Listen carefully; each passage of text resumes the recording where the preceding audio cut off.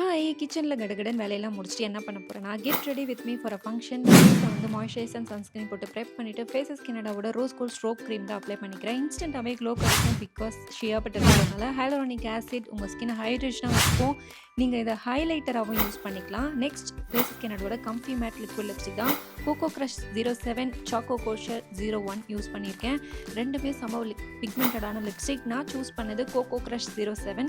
₹299க்கு இவ்வளோ பிக்மெண்டடான budget ஃப்ரெண்ட்லியான liquid lipstick. இது transfer proof, kiss proof and food proof அப்படின்னு சொல்லியிருக்காங்க. ட்ரை பண்ணி பார்ப்போமா?